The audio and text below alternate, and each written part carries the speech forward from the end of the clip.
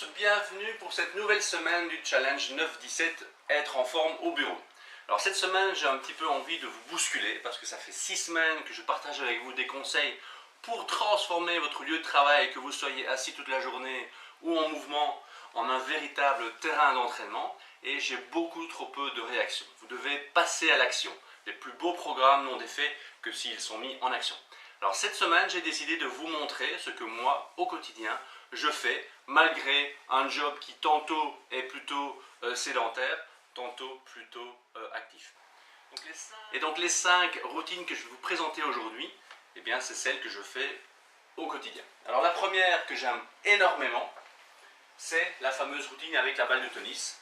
Le soir, tous les soirs, je masse mes pieds, 1 minute de chaque côté.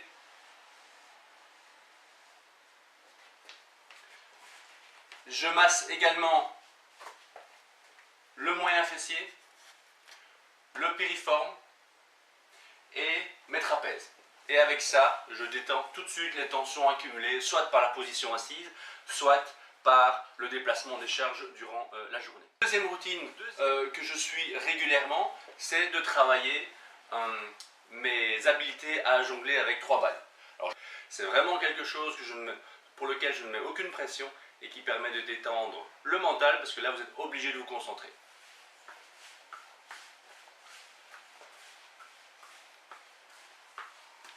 Voilà, troisième routine. La quatrième routine, c'est par rapport à mes déplacements durant la journée. Même si je fais du sport, au maximum, j'essaie de prendre 5 à 10 minutes de pause où je vais marcher.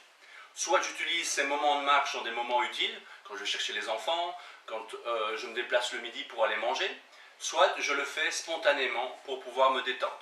Alors soit je marche à un bon pas, soit je marche sur une séquence de 4 expirations, 4 temps, un temps de pause, 4 temps d'inspiration, un temps de pause. La quatrième routine ou habitude que je prends, c'est par rapport à mon bureau. Vous le voyez, je suis assis sur un ballon. Idéalement, les hanches doivent être au-dessus des genoux, ne pas avoir un ballon trop peu gonflé, ce qui me permet d'être relativement actif lorsque je dois préparer mes cours, mes conférences ou mes nouvelles formations. Autre habitude que j'ai, c'est également d'avoir des livres par terre. Vous allez me dire à quoi ça sert? Eh bien, de temps en temps, je me lève pour lire une référence et je me mets en position de squat. Je passe quelques secondes dans cette position, ce qui permet de libérer le bas du dos. Cinquième et dernière routine, eh bien, c'est par rapport à mes épaules. Je vous l'ai dit dans l'article, ce sont des articulations qui sont plutôt fragiles pour moi, et donc j'adore les étirer.